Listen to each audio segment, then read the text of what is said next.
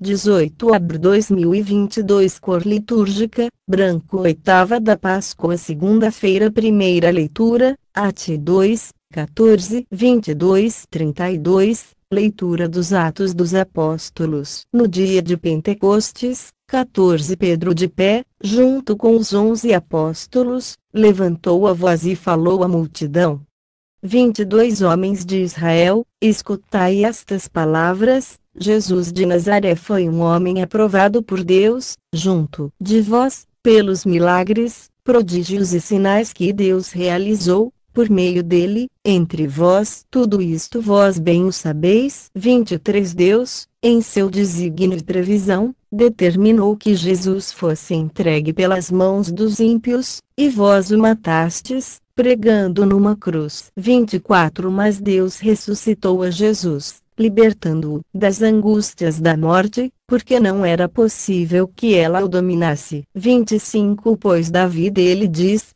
eu via sempre o Senhor diante de mim, pois está à minha direita para eu não vacilar. 26. Alegrou-se por isso meu coração e exultou minha língua, e até minha carne repousará na esperança. 27. Porque não deixarás minha alma na região dos mortos, nem permitirás que teu santo experimente corrupção. 28. Deste-me a conhecer os caminhos da vida, e a tua presença me encherá de alegria. 29. Irmãos, seja-me permitido dizer com franqueza que o patriarca Davi morreu e foi sepultado, e seu sepulcro está entre nós até hoje. 30. Mas, sendo profeta, sabia que Deus lhe jurara solenemente que um de seus descendentes ocuparia o trono. 31. Portanto, a ressurreição de Cristo que previu e anunciou com as palavras: ele não foi abandonado na região dos mortos e sua carne não conheceu a corrupção. 32. Com efeito,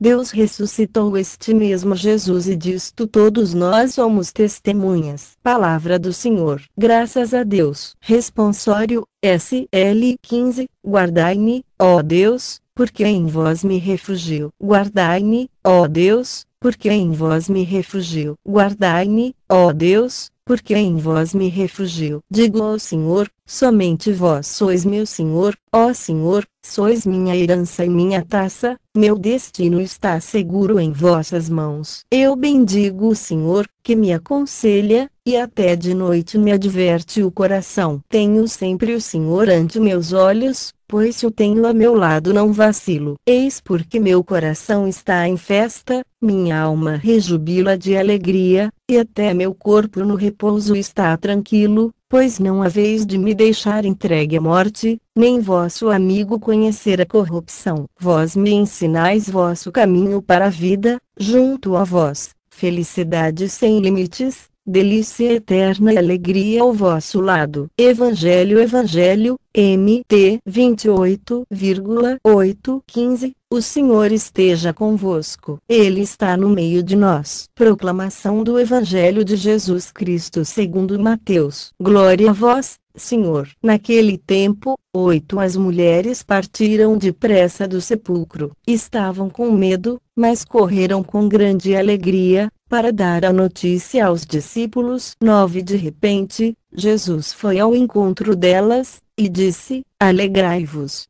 As mulheres aproximaram-se, e prostraram-se diante de Jesus, abraçando seus pés. 10 Então Jesus disse a elas: não tenhais medo. Ide anunciar a meus irmãos que se dirijam para a Galileia. Lá eles me verão. 11 Quando as mulheres partiram, alguns guardas do túmulo foram à cidade, e comunicaram aos sumos sacerdotes tudo o que havia acontecido. 12 Os sumos sacerdotes reuniram-se com os anciãos, e deram uma grande soma de dinheiro aos soldados. 13 Dizendo-lhes: dizei que os discípulos dele foram durante a noite e roubaram o corpo, enquanto vós dormíeis. 14 Se o governador ficar sabendo disso, nós o convenceremos. Não vos preocupeis. 15 Os soldados pegaram o dinheiro, e agiram de acordo com as instruções recebidas. E assim, o boato espalhou-se entre os judeus, até o dia de hoje. Palavra da salvação. Glória a vós,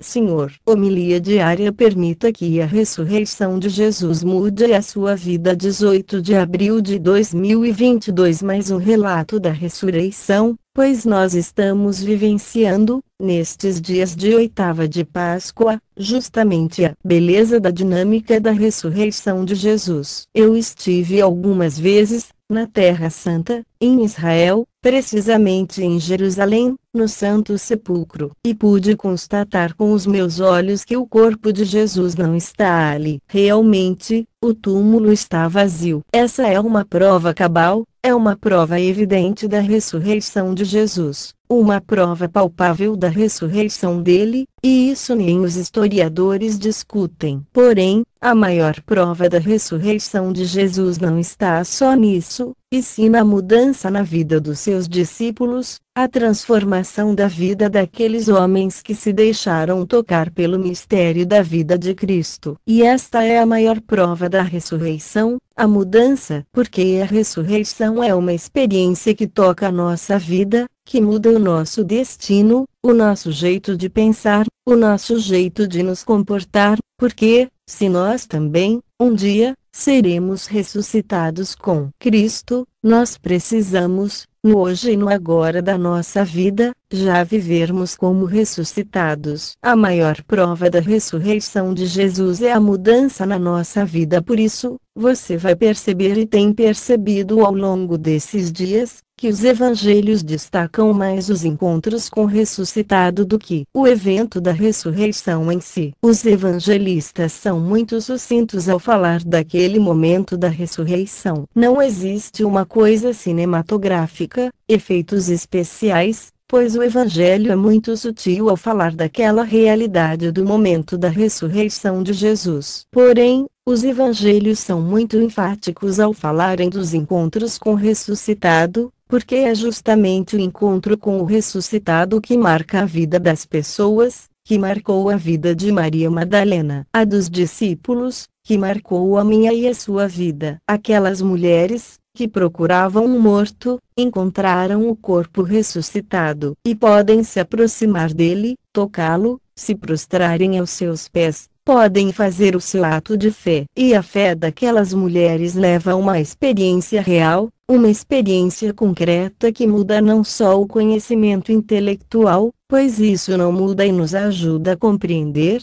e a razão nos ajuda a dar sentido à nossa fé, a dar as razões de o porquê nós cremos, mas é aqui, no coração, na sede da nossa vontade, que justamente acontece este movimento de graça, a experiência com Jesus ressuscitado. O mundo de hoje tenta reduzir, esvaziar ao máximo esse mistério porque é mais fácil criar hipóteses de que tudo seja uma invenção humana, que não tenha existido, em vez de aceitar que exista de verdade um Deus que nos ama assim, um Deus que nos ama para além da morte, um Deus que nos ama na ressurreição do seu Filho. É mais difícil acreditar nisso. Porém, somos chamados a mergulhar a nossa vida nesse mistério. Talvez, hoje, o seu coração esteja passando por essa experiência de aceitar definitivamente a ressurreição de Jesus, e que ela traga algo novo para o teu coração.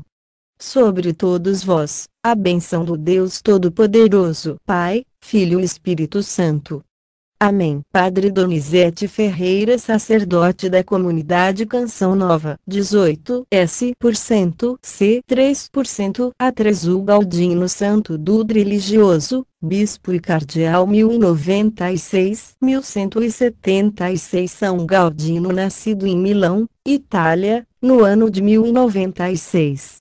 São Galdino foi um religioso com uma rápida ascensão diretamente de auxiliar para bispo de sua cidade. São Galdino ficou conhecido por enfrentar o antipapa Vitor Ive, que era apoiado pelo Frederico, o Barbarossa, que arrasou a cidade de Milão no ano de 1162 por sua oposição. Missão e caridade. São Galdino não decepcionou o Papa nem sua diocese católica. Praticou amplamente a caridade, inclusive instigando todos a fazê-lo, realizou pregações contra os hereges e converteu multidões. Mas além de todos os seus trabalhos, São Galdino ficou conhecido por seu socorro aos pobres que se encontravam presos por conta de dívidas. Defendeu a fé. São Galdino defendia seu povo e sua terra com todas as forças, porém após concluir um sermão contra os inimigos da igreja e da cidade, com grande emoção, acabou caindo morto de repente. Em frente a milhares de fiéis. Servir os pobres é servir Jesus. A esse serviu tanto que suas visitas de apoio recebem até um apelido, o Pão de São Galdino. Uma espécie de cesta básica material e espiritual, pois dava pão para o corpo e orações, que eram o pão para o espírito. Foi uma fonte de força e fé para lutar contra os opressores. Força no anúncio do Evangelho. Morreu em 18 de abril de 1176, justamente no instante em que fazia, no púlpito, um sermão inflamado contra os pecadores, os hereges, inimigos da igreja e os políticos, inimigos da cidade. Quando terminou o sermão emocionado, diante de um grande número de fiéis e religiosos, caiu morto de repente. A minha oração, ó Deus, que concedestes inumeráveis graças ao vosso servo São Galdino, fazendo firme instrumento de vossa caridade e fidelidade à santa doutrina, permita-me, a mim também,